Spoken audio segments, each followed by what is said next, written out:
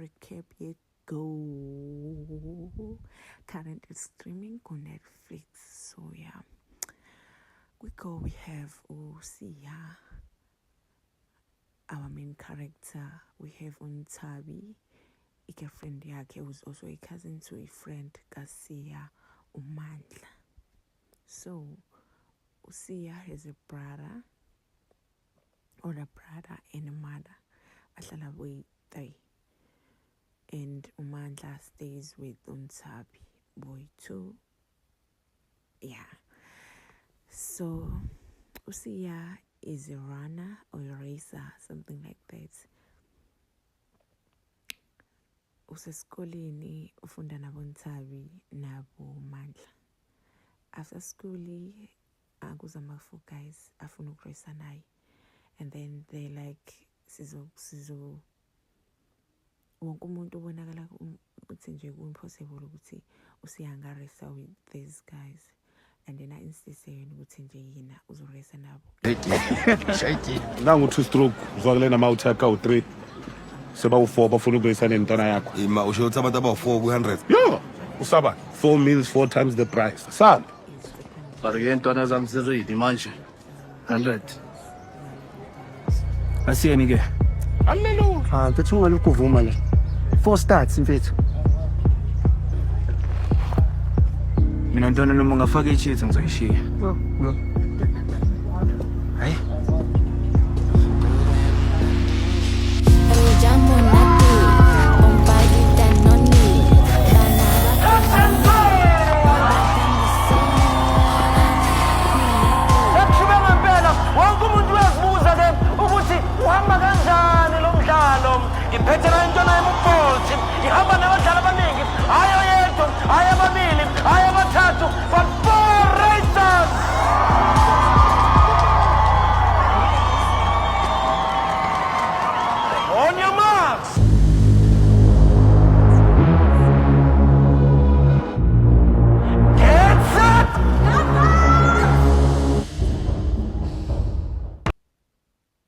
So Usiya uwinile ke le race le ezebeshilo ukuthi yena ugijima njenge-cheetah.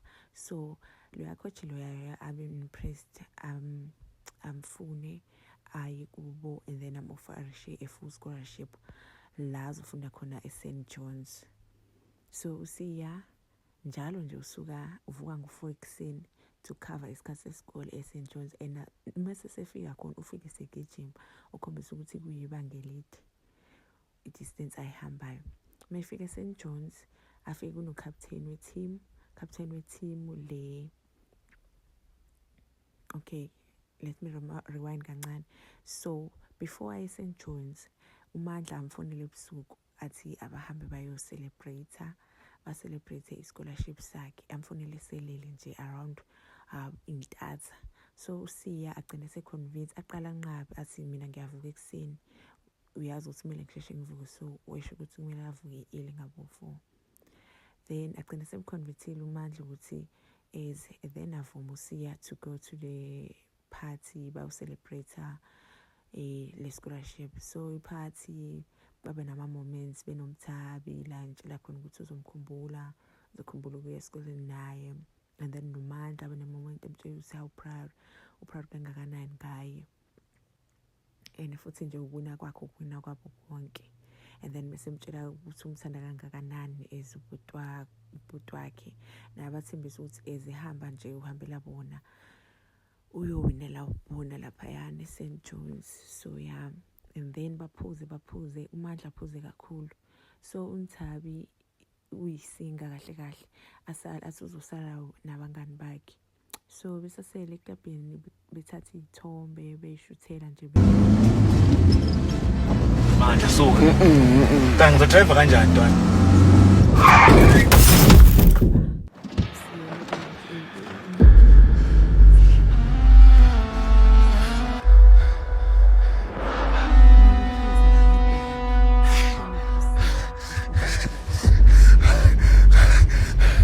Mandla. Ik zei Mandla toch. Mandla kan hem volgen, boy. I can tell you, you should take out boy lalela angikwazi ukukhuluma njengamanje. Fucked up. Khuluma phela kwenzakalani? Hlala udabeni. Uvela kwaqhamuka intwana nje yaqhamuka esikhaleni. Upmandla. Cabanga uMandla ufile baba. Alright. Lalela. Thatha uMandla umfake kwi-driver seat. Mfaka. Thatha uMandla umfake kwi-driver seat njengamanje.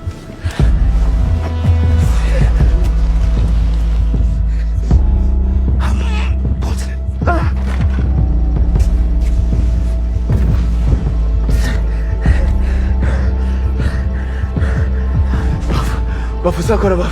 Kene njani manje? Go, njengamanje go. Izozama ukususa asuke. Asukume fast ahamba ye bathroom ageza.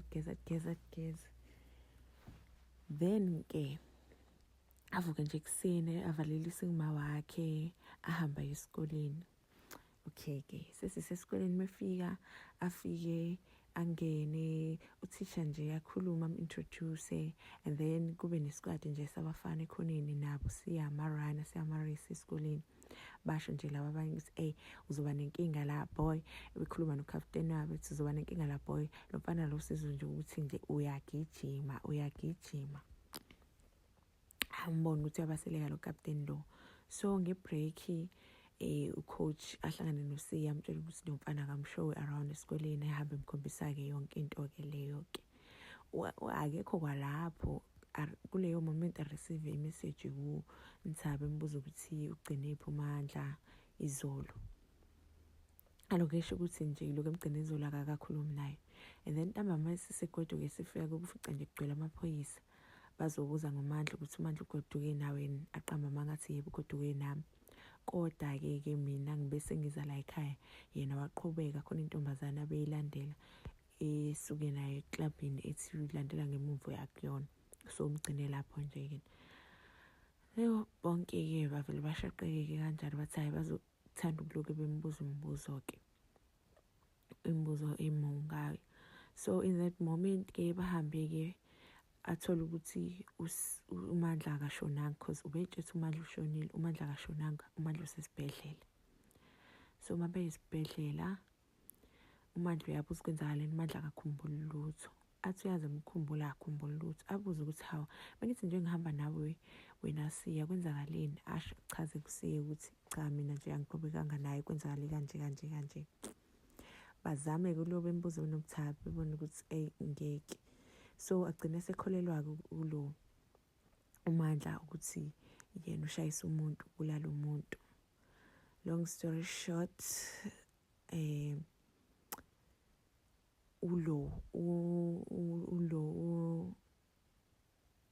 Siya angaperform kahle kwi-team yabo. Eloke embuza ucoach ukuthi kwenzakalani. Lo mfana engimbonayo nje manje la kuwena kini lo mfana engambona lapha uracer lapha kwenzakalani ngawe? Indaba ungayifuni lento le as much as ngimali ngabe uyayifuna. Asho ukuthi hayi ngiyayifuna coach, ngiyayifuna nje lento le. Athi coach okay into esizoyenza yazini yabo lento yakho abize kwi-principal's office. Asho ukuthi yabo lento yakho leyo ukuthi uzosuka le uvuke ekseni ngabo 4 uze la esikoleni ngeke. Kumele sikuthole ispace la ngaphakathi esikoleni kumadom. Bathi ke kwamanje ngekwazi ukuthola ispace uzohlala nesponsor sakho Mr Khumalo. So meyohlala nesponsor sakhe uSiya uMr Khumalo bamnikeza iroom. Mayefika ke lapha yana kwi-room lalo guy lo amshayisa ngemoto. Ubona izithombe lapha zigcwele ngaphansi endlini. And mefika lapha ingane yakhona imnikeza nje attitude uGabi. Imnikeza iattitude yamtshela nje ukuthi uyazi ukuthi ubukhona bakho lana ufuna wazi nje ukuthi ubukhona bakho njengoba la buyangiyangisa nje angifuni ukuzuza ubila. Babaza leyo bomb athi nje uyabuka nasi isithombe sagaya amshayisa la eduze kombhede la kuona. Hectic. Avela ajamelwe ingqondo Siya angazi ukuthi enze njani. So ngizoyibamba lapha i-recap ya episode 1 to episode 3. I'm gonna come back with episode 4 to 6. Please subscribe, comment, like, and share, and stay tuned for more. See you on the next one. Bye.